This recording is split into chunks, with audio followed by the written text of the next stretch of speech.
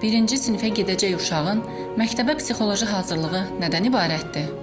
Psixoloji hazırlıq öncəliklə şagirdlərdə məktəb haqqında müsbət təsəvvürlərin formalaşdırılması ilə başlayır. Valideynlərin diqqət etməli olduğu məqam isə övladlarında ayrılıq həyəcanının səviyyəsini aşağı endirmək olmalıdır.